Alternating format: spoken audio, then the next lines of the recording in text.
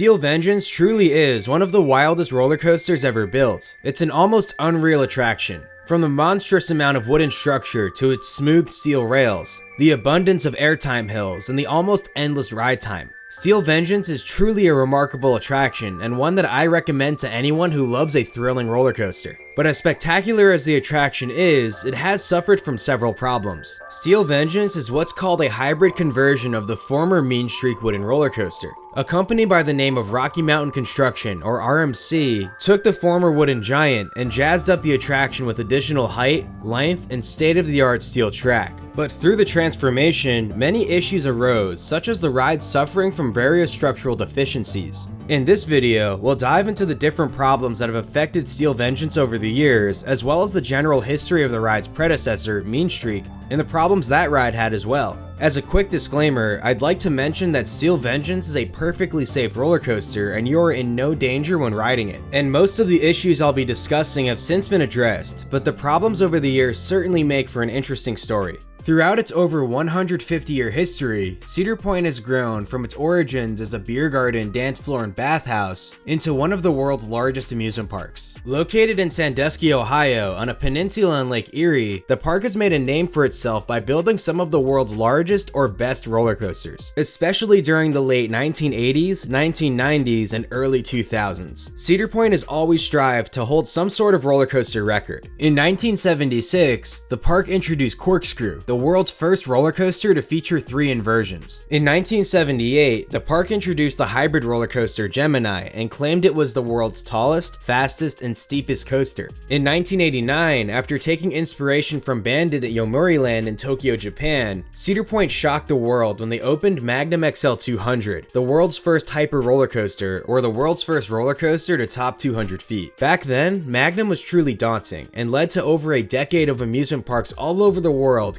continuously one-upping each other and attempting to build the world's next tallest or fastest roller coaster. Cedar Point was a top contender in this race, known as the Roller Coaster Wars, and would introduce many record-breaking roller coasters afterwards, like 2000's Millennium Force, the world's first Giga Coaster, or the world's first complete circuit roller coaster to top 300 feet. In 2003, Top Thrill Dragster followed up Millennium Force as the world's first Strata roller coaster, or the world's first complete circuit roller coaster to top 400 feet. So as you can tell, Cedar Point really liked to break records, and the park certainly enjoyed competing in the roller coaster wars. But the coasters I've mentioned so far are all made from steel, and wooden roller coasters had records that could be broken as well. In fact, the same year that Magnum XL 200 opened in 1989, Dorney Park in Allentown, Pennsylvania opened Hercules, a wooden roller coaster designed by Curtis D. Summers and built by Den Corporation. The ride featured a 95-foot tall lift hill, but thanks to a massive hillside, sported a 151-foot first drop that sent trains flying at 65 miles per hour into a low-to-the-ground right turn. Thus, the ride became the world's tallest wooden roller coaster in a sense, beating the 147-foot drop found on American Eagle at Six Flags Great America. The next year in 1990, Six Flags Over Texas introduced Texas Giant, another wooden roller coaster also designed by Curtis D. Summers and built by Den Corporation. Texas Giant featured a much larger lift hill than Hercules at 143 feet, but a smaller drop at just 137 feet, as well as a top speed of only 62 miles per hour. But Six Flags Over Texas still claimed they had the world's tallest wooden roller coaster, even though Hercules had a larger drop. This led to a legal dispute between the two parks over who had the taller wooden roller coaster. If you ask me, it was Hercules. On October 24th, 1990, Cedar Point announced they would be opening Mean Streak in 1991, the world's tallest and fastest wooden roller coaster. Just like Hercules and Texas Giant, Mean Streak would be designed by Curtis D. Summers and built by Den Corporation. To compete with prior record holders, Mean Streak would stand taller at 161 feet, feature a 155-foot first drop, reach speeds of 65 miles per hour, and race across 5,427 feet of track. While not long enough to take the beast length record from Kings Island, this would ensure that Mean Streak was truly the world's tallest wooden roller coaster, but not technically the fastest, as American Eagle at Six Flags Great America still allegedly reached speeds of 66 miles per hour. The ride's massive structure began to rise high into the air there as construction crews pieced together the coaster. The $7.5 million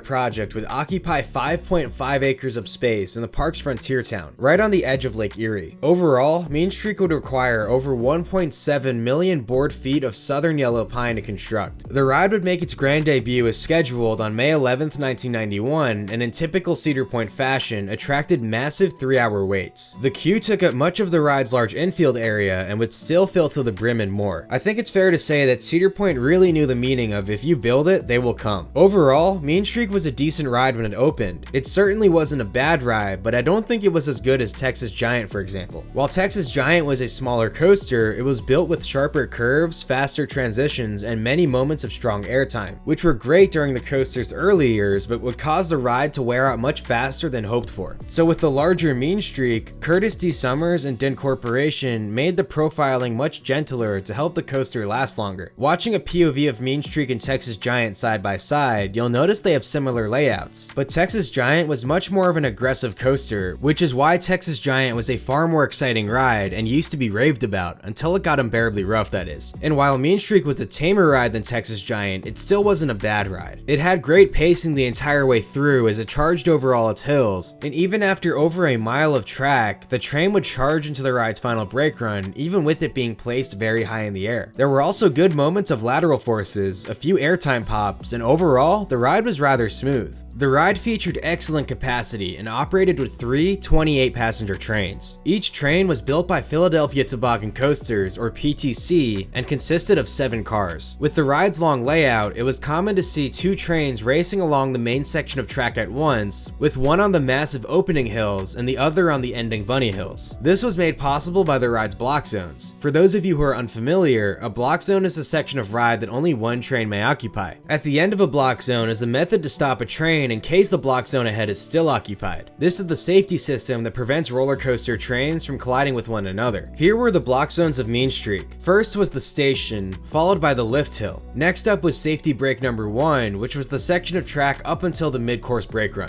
followed by safety brake number 2, which ended at the first section of the final brake run at the end of the ride, and then the ready brake directly before the station. So a total of 5 block zones that comfortably allowed the ride to run 3 trains at an advertised theoretical capacity of 1,600 riders per hour, probably 1,596 riders to be exact. With the ride's 28 passenger trains, this means 57 trains needed to be dispatched an hour. So a train would need to dispatch roughly every 63.16 seconds, which I think was the exact time it took for a train to clear the lift block after being dispatched. This video from 1993 shows the ride operating extremely close to its advertised theoretical capacity. You'll see a train at the top of the second hill with another train below on the return leg heading back to the station. I estimate these 2 trains are about 69 seconds apart from each other, which would be the dispatch rate. This yields over 52 trains an hour, just 5 trains shy of the theoretical, and an hourly capacity of 1,456 riders per hour. To achieve 69-second interval times, combined with how long of a ride Mean Streak was, it led to large gaps between when a train dispatched and when the next train arrived at the station, meaning the ride crew hardly had any time to unload and load the next train to hit the dispatch interval. Of course, many rules and protocols were different back then that made insane capacity like this possible. For example, Blue Streak would dispatch as restraints were still being checked, and if any issues arose, the ride crew would stop the train at the bottom of the lift hill. It wasn't required that roller coasters have air gates, so Mean Streak had no air gates. So as soon as the train stopped in the station, guests could step forward immediately and begin boarding. I'd also assume that riders took any bags or belongings with them on the ride, and it also wasn't required for unloading guests to be off the platform to dispatch. I also don't see a ride operator physically pull up on any lap bars to check if they are locked like in today's times. Rules back in 1991 may have been more European style, where mechanical restraints like Mean Streaks were only visually checked, and if a restraint did not lift back up after being locked in place, that meant it was good to go, which is actually very true, but would not fly in America today. This style of restraint checking is still used in parts of Europe. The Mean Streak crew unloads, loads, and dispatches this train in only 40 seconds, which I believe was a long time in those days. I'd guess a regular load time was 30 seconds or less to pull off a 69-second interval time. For years, Mean Streak's high capacity and popularity helped it achieve well over 1 million riders every year. But as the ride aged, its popularity would begin to drop heavily as the coaster grew rougher and rougher.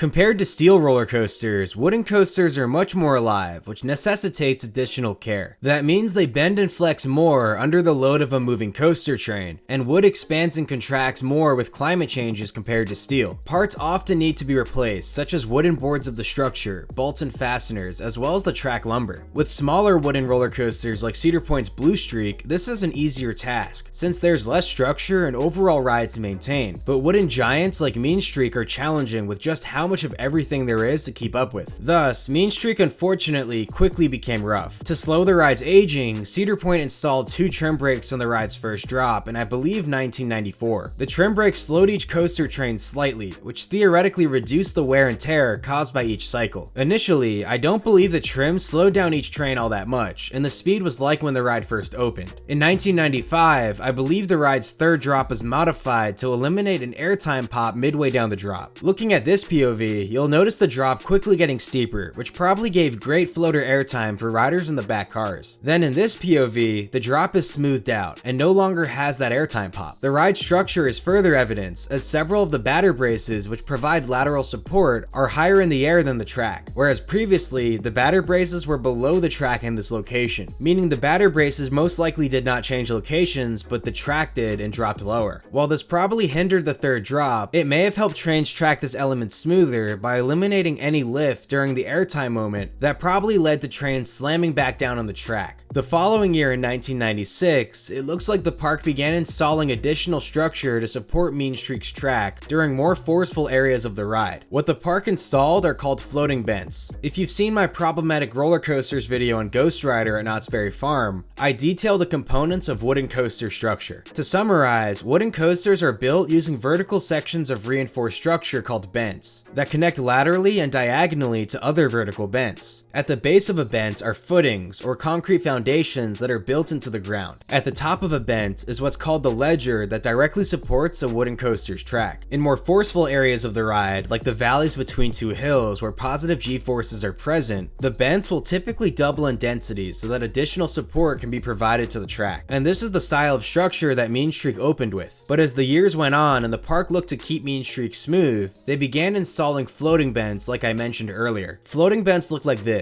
and do not stand from concrete footings on the ground. They instead are supported by large cross beams which connect between different bents. Floating bents help to limit the track from sagging between 2 existing bents. You don't want the track to sag because it causes trains to bounce up and down, leading to a rough ride. Thus, the park began to increase how often the track was supported by wooden support structure in the ride's most forceful sections. And this will continue all over the ride until much of the coaster had this additional support. Whether or not this helped keep Mean Streak smooth, I'm not sure, as wooden coasters also need to bend and flex under the load of a moving train, and doing so actually helps keep them smooth. But by adding so many floating bends, the track would become stiffer, being that it was supported twice as often than originally. The park also added what appear to be structural steel clamps circled here, along many locations of the ride's track. These clamps were used to adjust the gauge or distance between the 2 track rails. With traditional wooden roller coasters being built and maintained by hand, it's important that carpenters keep the track gauge consistent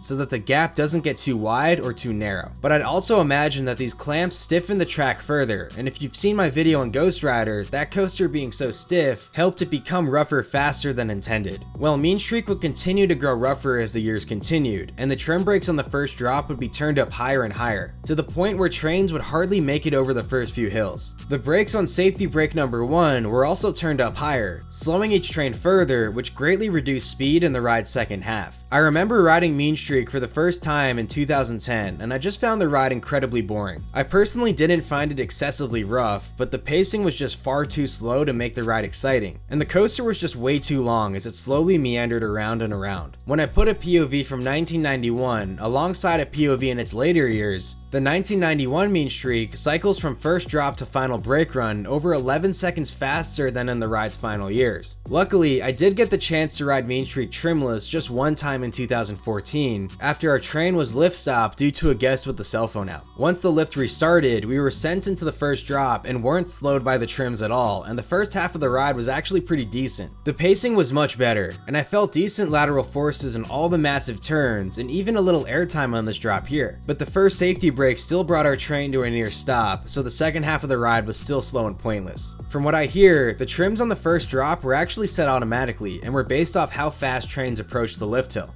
For Mean Streak, the automation was necessary because empty trains could vary with how intense the trims slowed down each train. Trains loaded with riders would approach the lift hill faster, and thus the trims on the first drop would activate, but empty trains would approach the lift hill slower, especially if they approached from a full stop on the transfer track. But the trims would also deactivate following a long lift stop. The computer would either forget if the train was loaded or not and turn off the trims in case the train was empty, or purposely deactivate the trims in case riders were evacuated from the stopped train, which would make that train empty. As the years went on, a newer company by the name of Rocky Mountain Construction, or RMC, began making a name for themselves. The company would use the structures of aging wooden roller coasters and apply their steel iBox tracks with new profiling and elements. This would lead to brand new ride experiences that were drastically better than the original wooden coasters. The company's first conversion was Texas Giant, the mammoth wooden roller coaster I mentioned earlier. Texas Giant suffered many of the same problems that Mean Streak did, and RMC worked their magic into the rough wooden roller coaster and made it brilliant. Other wooden roller coasters would see the same treatment over the years, such as Rattler at Six Flags Fiesta Texas, which was converted to Iron Rattler in 2013, and Colossus at Six Flags Magic Mountain, which was converted to Twisted Colossus in 2015. This left Mean Streak as one of the last mega wooden roller coasters, and many coaster enthusiasts were hoping that Cedar Point would use Mean Streak to create a massive RMC hybrid. On Monday, August 1st, 2016, Cedar Point announced that Mean Streak would be closing forever, after operating for 25 years and giving 27 million rides. Mean Streak would give its last rides on September 16th, 2016, and then close for quote-unquote future development of the park's Frontier Town section. The park gave major hints about an RMC conversion when at the ride's funeral on its last day of operation, a man by the nickname of Richard Michael Crosby said goodbye to the park's wooden giant. Almost immediately, construction crews arrived at the scene and started to deconstruct portions of the coaster. The ride's track was carefully removed, and the bottom of the lift hill also began to see some structural changes. A construction vehicle sporting the RMC logo was also spotted on the scene. Work continued as crews removed more and more of Mean Streak's track and trimmed out parts of the structure that wouldn't be needed. By the end of the 2016 season, RMC's well-known steel iBox track arrived on site, and the steel ledgers that hold the track to the structure were even set in place. Construction of the ride would continue throughout the winter as crews demolished unneeded parts of Mean Streak and rebuilt other sections of the ride with the new RMC iBox track, like the ride's second hill. And as obvious as it was that this was an RMC conversion, Cedar Point still refused to acknowledge that they were up to anything with Mean Streak. During the off-season, a Twitter account named New Mean Streak appeared on the scene and began posting photos of the renovation. The Twitter account even got the attention of local news stations, and while it looked like Cedar Point themselves were behind the page, the park remained silent when asked if they were involved. Construction would continue into the park's 2017 season as more of the rides started coming together. This was truly an exciting time as no one knew what the layout of the ride would be, so as each element was constructed, it led to a lot of buzz amongst roller coaster enthusiasts, and excitement continued to build. Finally, on August 16th, 2017, aka National Roller Coaster Day, Cedar Point finally unveiled that Mean Streak would be revitalized as Steel Vengeance, and in typical Cedar Point fashion, it would be the world's tallest, fastest, steepest, and longest hybrid roller coaster, a true record breaker. Steel Vengeance would come in at 205 feet tall, 44 feet taller than Mean Streak, feature a 200-foot drop sloped at 90 degrees, reach speeds of 74 miles per hour, feature 4 inversions, and a record-breaking 30 seconds of airtime along its 5,740 feet of track. Without question, Steel Vengeance would be one of the most unreal roller coasters yet, with an unimaginable number of elements and hills along its layout. Counting the lift hill and brake run, compared to the 13 hills on Mean Streak, Steel Vengeance would rock 29. That's more than double the elements of Mean Streak within nearly the same amount of track. Construction of Steel Vengeance would continue through the remainder of the 2017 season, and into the winter of 2018, as crews pieced together the rest of the enormous coaster. I attended the park's winter chill-out event in February of 2018, and seeing the size of Steel Vengeance was just unreal. The number of elements packed into the ride was breathtaking, and I was absolutely pumped for the ride to open later that year in May.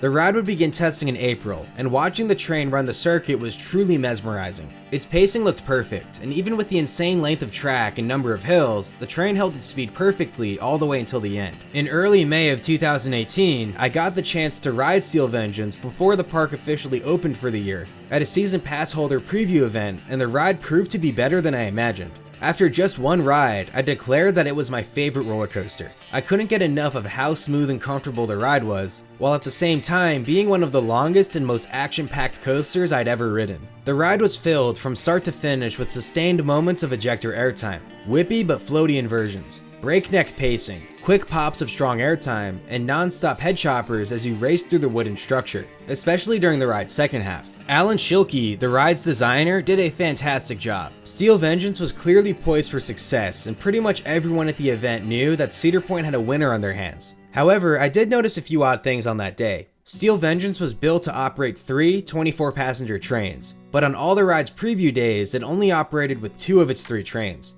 Additionally, the high turn, which passes directly underneath the lift hill, swayed a lot, to the point where it looked concerning. In the moment, I didn't think much about any of this, as I was too excited to see the ride alive and operating. But little did I know that these observations were associated with major issues that would affect the operation of the ride for years. In that same year, Cedar Fair, the parent company of Cedar Point, also purchased an RMC conversion of Hurler at King's Dominion. The ride was transformed into Twisted Timbers and opened in late March of 2018, about a month before Steel Vengeance. Twisted Timbers and Steel Vengeance both opened with an experimental, new generation ride vehicle designed and manufactured by RMC. Compared to the older generation RMC trains, the new trains featured a new lap bar design, retractable seatbelts, and most noticeably, steering axles with tandem wheels. Previously, I believe the wheel assemblies of RMC trains were built into the steel chassis of each car. The new trains feature an axle that's separate from the chassis, allowing it to swing and steer independently of the car. Additionally, each wheel assembly now featured a set of tandem wheels rather than a single set of wheels like on the older generation RMC trains. By doubling the wheels, this reduces the force applied to each individual wheel. In the case of the top running road wheels, let's say a force of 500 pounds is applied to this side of the car. With just one road wheel, this wheel must sustain the entire load of 500 pounds. But with 2 road wheels in tandem, the load is distributed between both wheels, and each wheel now sustains 250 pounds. This reduces the wear and tear on each wheel, meaning they last longer and need to be replaced less often.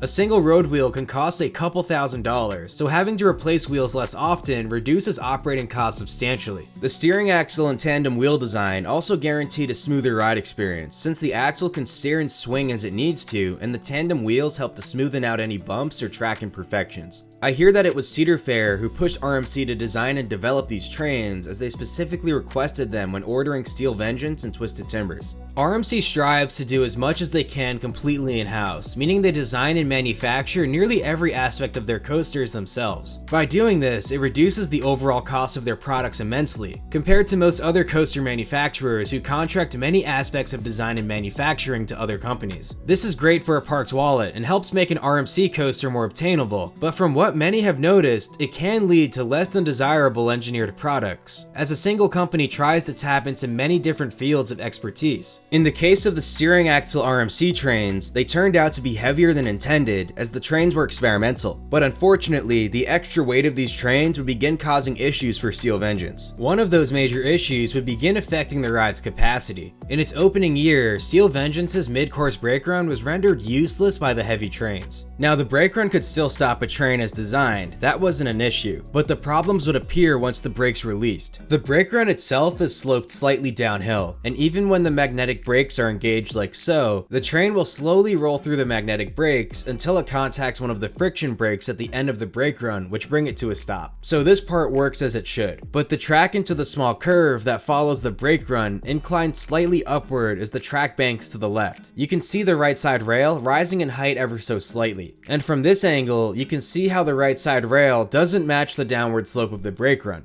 So when the brakes would release, a train would begin to slowly roll forward, but once it met the slight incline of the right side rail, it would run out of speed and valley right before the drop, leaving the train stranded and unable to finish the remainder of the layout. Now, what does the heavy weight of the trains have to do with this? Supposedly, the downward slope of the brake run was designed with lighter trains in mind. Sir Isaac Newton's first law of motion, or the law of inertia, states that objects at rest stay at rest, and objects in motion stay in motion until something changes its motion. So once a coaster train is fully stopped, it wants to remain stopped. This is inertia. And the heavier an object is, it takes more force to move or stop it. So a heavier coaster train will want to remain stopped more than a lighter coaster train. In the case of the downward sloped brake run, it provides enough force to get a lighter train rolling again, enough so that the train probably gathers enough speed to roll over the slightly uphill turn, but it doesn't provide enough force to get the heavier trains rolling at speed following a full stop, causing them to valley in the turn. So if a train full of guests were forced to stop in the mid-course brake run for any reason, the train is now even heavier since it's loaded with riders, and the train wouldn't be able to make it back to the station on its own since it would valley in the little turn. Additionally, ride operators perform what's called a block check every morning before opening their coaster for the day. A block check tests that all block zones are functioning correctly and will stop a train if the block zone ahead is still occupied, by basically trying to collide trains on purpose. Steel Vengeance's block zones were supposed to be this: first the station block, then the lift hill block, followed by the mid-course brake run, which is called the block brake, then the final brake run, which is called the brake run block, and lastly the ready area right before the station. So a total of 5 block zones. Going back to block checks at Steel Vengeance, part of that test includes leaving a train in the brake run block while another train crests the lift hill into the course. The block brake will stop this next train because the brake run block is still occupied, just like so. Then with the train still stopped on the block brake, a train is sent up the lift hill and should stop at the top since the block brake is occupied. Afterwards, trains are advanced forward one by one, meaning the train stopped on the block brake needs to make its way back to the station. But this wasn't possible since trains stall on the little turn following the block brake. On top of that, even if trains roll down the drop into the rest of the course, trains would often valley on the climb into the final brake run, meaning they wouldn't have enough speed to make the full climb and would roll backwards like so. This was another major issue since part of a block check means that after a full stop at the block brake, trains need to reliably complete the second half of the layout with less speed. And it's important for regular operation if a train full of guests must stop on the block brake for any reason. If I had to guess, after a full stop on the block brake, trains did have enough speed to complete the ride's second half, but only if the brakes on the final brake run weren't technically present. With the final brake run being rather short for a 3-train operation ride, braking started during the ascent into the brake run as pictured here. Once the first car hit this location, braking would begin, and keep in mind that the rear of the train would still be at the bottom of the hill, which means the train is not only overcoming the force of gravity when climbing the hill, but also a braking force, which I'd guess is why Vengeance had a valley problem following a full stop on the block brake. The funny thing is that Steel Vengeance isn't RMC's first coaster with a mid-course brake run, and in fact, the company's first coaster has one, New Texas Giant, but braking on the final brake run does not begin during the ascent up the hill. So a slow approaching train only needs enough speed to roll up the incline into the brake run without having to overpower any unnecessary brakes at the same time. As a short-term fix, the block brake was programmed out of the ride's block zones, reducing the total amount to 4 like so, meaning a block check wouldn't be required at the block brake during startup procedures,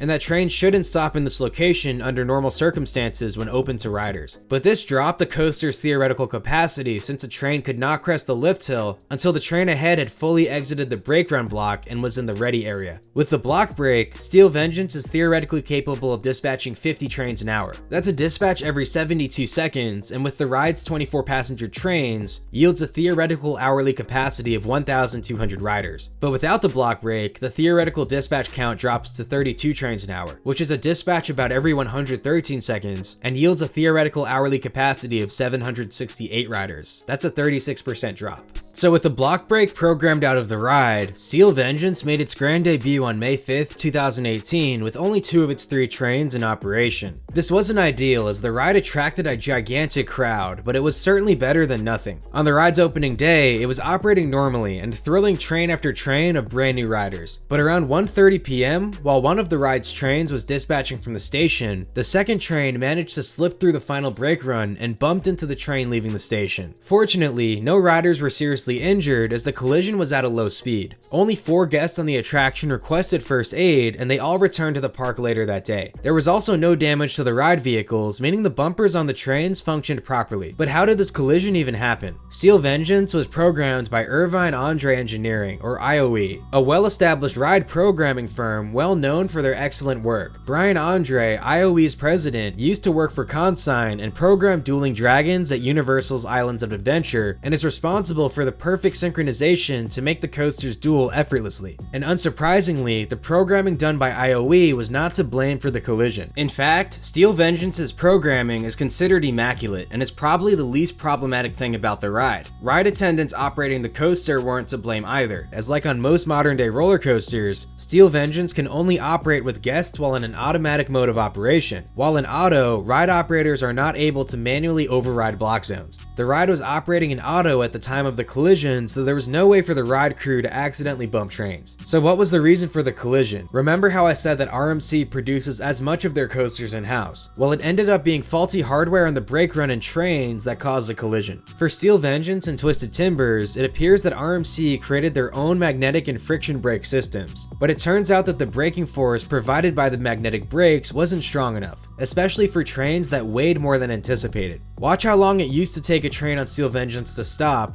compared to Twisted Cyclone at Six Flags Over Georgia, an RMC coaster that also opened in 2018 but with RMC's older gen trains, as well as a different magnetic braking system. And then this video from Steel Vengeance's opening day shows how bad it really got before the collision. A train should be fully slowed well before this point here, the end of the brake run block, but it continues to roll into the ready area somewhat out of control, as the tire drives help to slow the train further. So I'd imagine that as the ride continued to operate on opening day, trains cycled the track faster and faster, meaning they'd hit the final brake run with a higher speed. It was also hot out that day, and the heat may have caused the brakes to expand in a way where the gap between the two magnets grew wider, further reducing the braking force they could apply. It eventually just wasn't enough, to the point where a train was able to slip through the brake run block and ready area right into the train dispatching from the load station. But to the surprise of many, Vengeance reopened later that day with just one train in operation, and this is how Steel Vengeance would continue to operate for the rest of May 2018. With the ride's long layout meant to operate 3 trains, one train operations meant dispatches took as long as 4 minutes at best. These are actual dispatch times are recorded back in May of 2018. A crew could probably send about 15 trains an hour at best, a far cry from the theoretical 50 trains, which yields a capacity of 360 riders per hour. With the ride being so low capacity, Cedar Point removed Steel Vengeance from the park's Fastlane Plus service, which allows paying customers to skip the standby queue. On top of that, the park implemented a boarding pass system to help handle the ride's crippled capacity. All guests who wish to ride Steel Vengeance would need to obtain a boarding pass that would list the time frame in which you could ride. And the boarding pass didn't get you immediate access to the ride, it only gave you access to join the ride's queue. With all the problems, RMC remained on site and continued to work on their troubled roller coaster. The company was committed to getting Steel Vengeance up and running with all 3 trains in operation. After all, it was in RMC's best interest to keep a good relationship with Cedar Fair in the hopes that the park chain would purchase additional RMC attractions in the future. With Steel Vengeance unable to run even 2 trains, the issue with the block brake was sidelined, and RMC began working to fix the brake run block. I believe that previously, RMC purchased their magnetic brakes from Velocity Magnetics Inc. Velocity Magnetics specializes in magnetic braking systems for roller coasters, and many roller coasters feature their brake systems. However, Velocity Magnetics also developed the launch system for Lightning Rod at Dollywood, another problematic roller coaster, and many of Lightning Rod's issues were because of its flawed launch system. So it's likely that after the Lightning Rod fiasco, RMC looked to stop working with Velocity Magnetics and then developed their own magnetic brake system. That's probably how we got these new magnetic brakes featured on Steel Vengeance and Twisted Timbers, where the brakes were built to drop out of position when braking force wasn't required. To help Steel Vengeance's brake run block,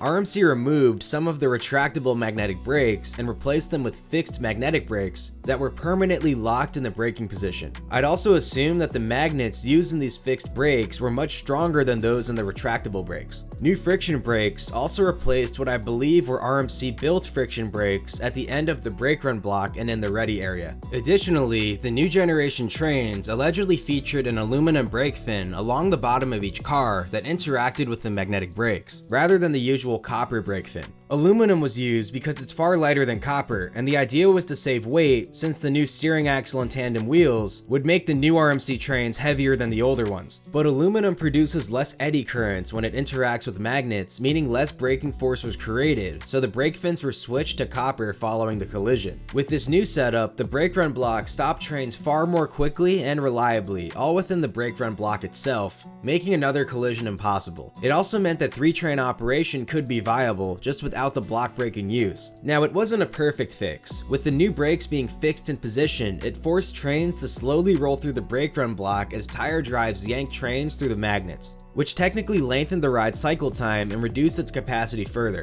And while the potential for a collision was mitigated, another small issue presented itself. Steel Vengeance's final brake run is completely flat, so once trains come to a stop, there are tire drives placed throughout the brake run that advance trains forward. But with the quicker stop on the brake run, trains would sometimes stop in a position where tire drives couldn't make proper contact, leaving the train stopped in place. When this happened, a maintenance worker would have to walk to the stopped train and physically push it until a tire drive could grab hold and pull the train into the station. Aside from this small new issue, the temporary fix to the ride's final brake run allowed 2-train operations to return on June 1st, 2018, right in time for the park's Coaster Mania event, an event where roller coaster enthusiasts from around the globe gather at Cedar Point for exclusive ride time. 2-train operations boosted the ride's capacity immensely, and dispatches were cut down from 4 minutes to about 2.5 minutes, yielding roughly 24 dispatches an hour and a theoretical 576 riders per hour. Steel Vengeance was also added back to Fastlane Plus, and the boarding passes to join the line were no longer required. So now the ride was back to having just its pre-opening day problems, where the main issue was with the block brake, right? Well, not exactly. RMC was working diligently to get the ride operating at a true 3-train operation, but the ride structure wasn't holding up. The cause stemmed to the experimental trains weighing more than anticipated and Steel Vengeance being larger than anything RMC had ever built. I hear that RMC initially proposed a smaller ride that would have maybe been about the same height as Mean Streak, but Cedar Point pushed for the ride to be capable of 3-train operations and stand over 200 feet tall. So Steel Vengeance ended up being significantly larger than anything RMC had ever built at that time. This is reminiscent of when Aerodynamics first built Magnum XL 200 for Cedar Point, and it was significantly larger than anything that company had ever built, which led to a long list of problems that needed to be addressed. The major difference being that Magnum was designed without the use of a computer, while Steel Vengeance was. Going back to Steel Vengeance, with the trains being heavier than intended, they not only applied more force to the structure than anticipated, but they ran the course faster than imagined as well, so even more force was applied to the structure. The aluminum brake fins underneath each car were also swapped out for copper ones, making the trains even heavier, further worsening the problem. The unanticipated weight of the ride vehicles is apparently why the block brake slightly slows down each train. I've heard that when Alan Schilke first designed Steel Vengeance, the goal was to have trains roll through the block brake without being slowed at all, but that was probably with lighter trains in mind. Wooden coaster structures flexed to absorb forces, but Vengeance's structure was overburdened, and parts of it were beginning to tear apart. Watch and listen to this video here.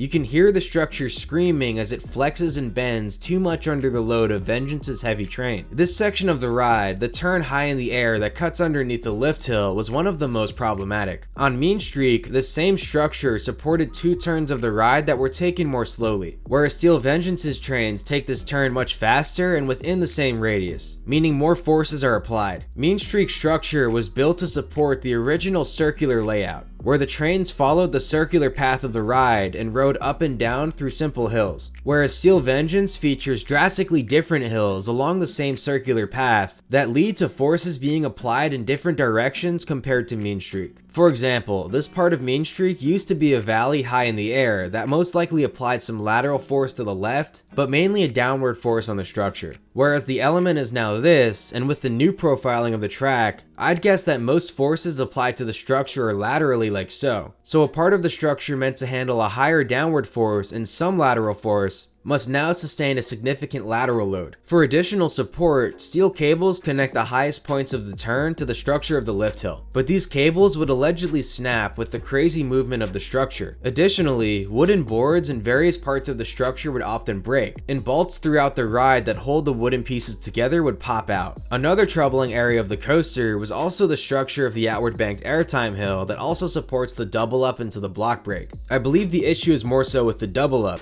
This structure was originally built to support a wide turn up into the mid-course, whereas this turn is now much tighter and probably applies a lot more lateral forces on the structure. I kid you not, carpenters would have to repair Steel Vengeance's structure daily. Steel cables would have to be reattached, bolts that flew out and wooden boards that broke would have to be replaced. Normally, it's not necessary to replace these components all that often. Wooden coaster structures are usually over-designed and more than adequate to support the loads of moving trains. There were many days that Steel Vengeance would open late as carpenters repaired damage from the previous day of operation. And often, carpenters could be seen observing the ride as it operated with guests, probably to make sure the structure was holding up and to assess what they could do to improve it. In 2018, Steel Vengeance was initially an early entry ride, meaning that every day it opened 1 hour early for the park's Platinum Season Pass holders. But that same year, Cedar Point pulled the ride from early entry on Tuesdays, Wednesdays, and Thursdays to allow RMC more time to perform corrections to the structure and test out 3-train operations. And by early July 2018, Steel Vengeance was approved to run with all 3 trains, just without the block brake. Apparently, the necessary test cycles had been run and state testing was complete, but with the structure still requiring daily corrections, the park wanted to strengthen it further before they began cycling more trains on the track daily. Surprisingly, Steel Vengeance was built without using any steel supports to aid the wooden structure. Even RMC's first coaster, New Texas Giant, features many steel supports that help assist the structure on the ride's second hill as well as the fourth hill. RMC certainly walked away from Steel Vengeance with many lessons learned. They've since built other massive hybrid coasters like Zadra at Energylandia in Poland and Iron Gwazi at Busch Gardens Tampa, which both run the heavy steering axle trains and feature adequately built structures with many assisting steel support columns.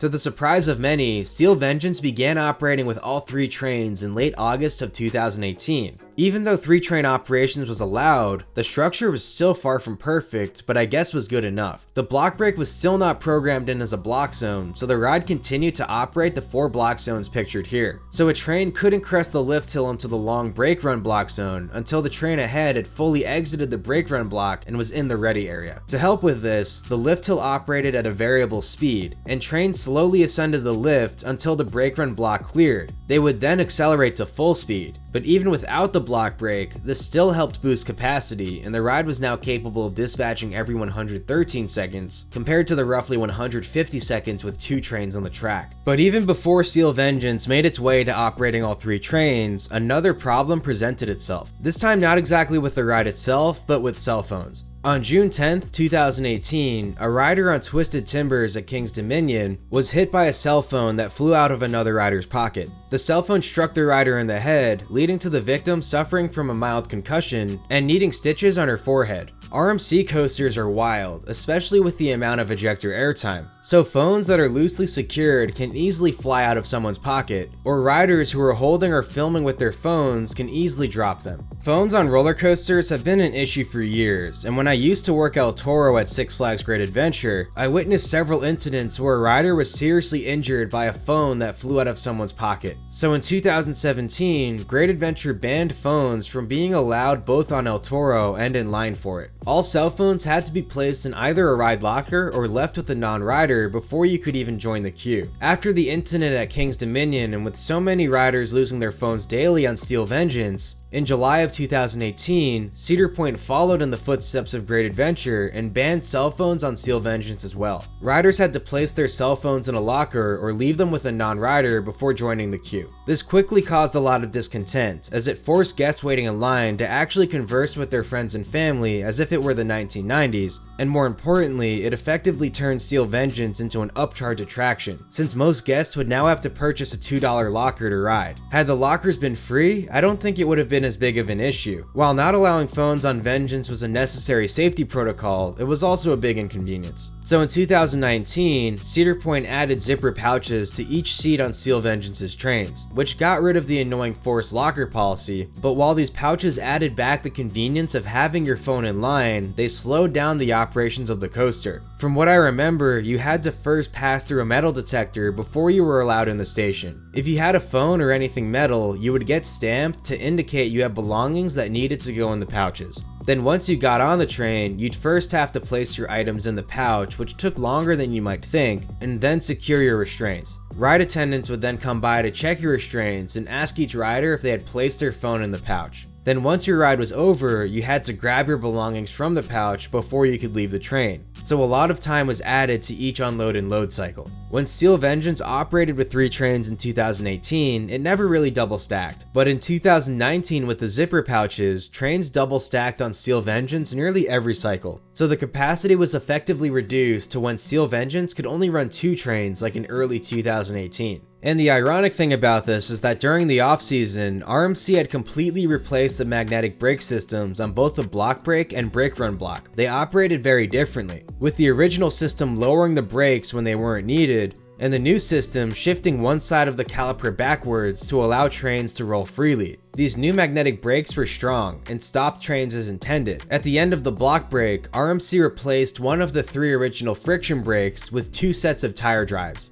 Following a full stop on the block brake, these give trains a boost over the slightly uphill turn into the ride's second half, which solved the issue of trains valleying on this little turn. The tire drives also give trains the slightest bit of more speed into the final brake run. The brakes on the final brake run start slightly later than the original brakes did, so less braking occurs while the train is still traveling uphill into the brake run. And 2 pairs of tire drives were added early on the final brake run, which could help to hoist the train fully up the hill. So the risk at valleying into the final brake run following a full stop on the block brake was greatly reduced. Thus, the block brake was programmed back into the ride as a block zone, but because of the zipper pouches, the ride operated more slowly than it did with 3 trains in 2018, when the block brake wasn't used as an actual block. In 2020, Cedar Point removed the zipper pouches from Steel Vengeance's trains and went back to the 2018 policy of banning cell phones from the ride altogether, meaning you had to place your phone in a locker once again. This was partially due to the slowdown the pouches caused in operations, but also because of the pandemic, and it would have been hard to sanitize the pouches between cycles. Now this basically made Steel Vengeance an upcharge attraction once again, but it did speed up the ride's operations, even with the pandemic procedures. In 2021, Cedar Point blessed the world and added double-sided lockers in Steel Vengeance's queue. This allowed riders to carry their cell phones in line and place them in a locker right before boarding the attraction. So phones were now kept off the ride in a more convenient manner, and the zipper pouches that slowed down operations weren't needed either. Once riders exited the attraction, they entered the locker area from the other side and retrieved their belongings. And best of all, these new lockers are completely free. The 3 double-sided lockers made a drastic improvement to Steel Vengeance's experience, and more parks in the US should seriously consider adding similar lockers, especially if 4 of your roller coasters have a no cell phone policy. Since the 2021 season, things have improved at Steel Vengeance. The operations team has really found their groove, and we really saw what the ride could do when utilizing the block brake. On a visit to the park in early June 2021, trains would be at the top of the lift hill as the train ahead was hitting the final brake run. Things continued to improve, and some intervals started to look like this, with 2 trains on the course simultaneously, just like how Mean Streak used to.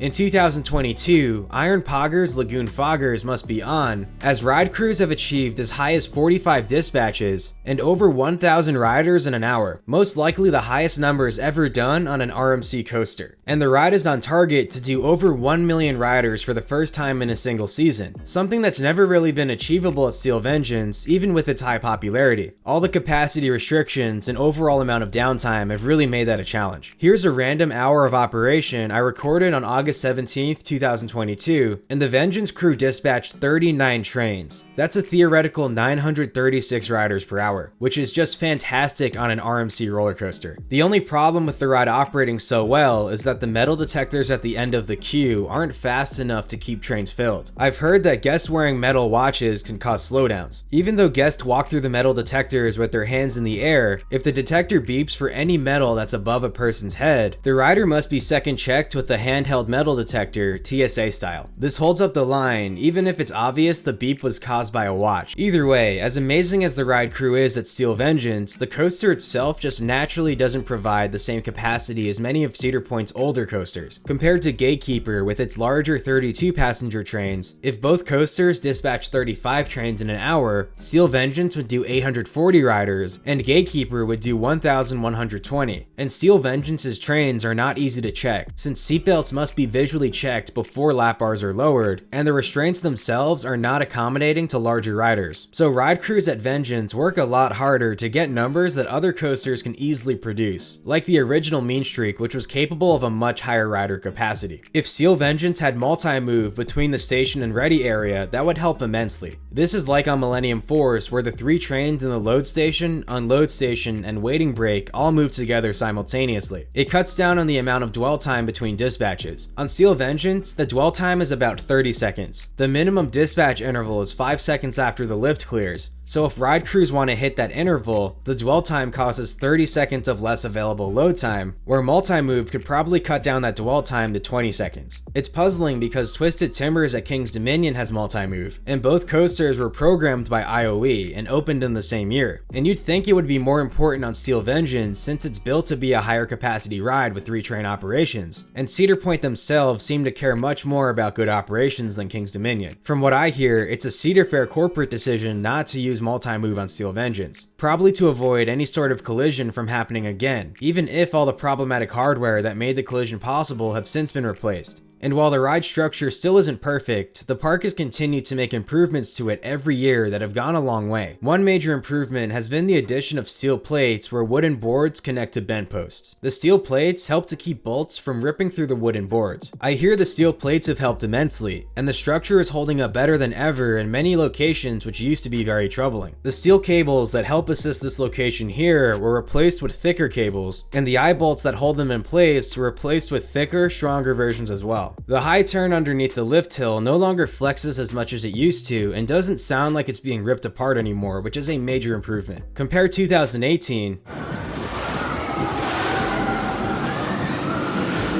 versus 2021. Now, all the improvements have certainly helped a lot, but I'd guess the structure still takes a lot more work than it should to maintain, and I'd guess that's part of the reason why the ride is no longer an early entry attraction. Most of Steel Vengeance's downtime can be attributed to the ride structure and parts of the trains needing to be replaced. And just a heads up, when you see Steel Vengeance in person and can visibly see the structure bending with each train, don't sweat it. The structure is still meant to do that, just now the structure is able to flex while also holding itself together. And either way, the Cedar Point carpentry team is really on top of keeping the structure in one piece. This picture was shot in June 2022, and you can see how many new pieces of wood are on this part of the structure. Well, I think after nearly 11,000 words, I no longer have anything else to mention about Steel Vengeance. If you made it this far into the video, thank you for watching my longest video yet, and I hope you enjoyed the content. I think I got a little carried away with this one. Please go visit Cedar Point and ride Steel Vengeance if you haven't before. It's a fantastic roller coaster, and I also recommend working in a park as a ride operator if you're able to. If you can, try out Cedar Point for the summer. Working as a ride operator were some of the best years of my life, and it's the main reason I was inspired to and am able to make videos such as this one. Alright, thank you for watching everyone, and I hope you learned something new. Feel free to check out my other episodes of Problematic Roller Coasters and subscribe to the channel if you like what you saw. I'll catch you guys in the next one. Peace.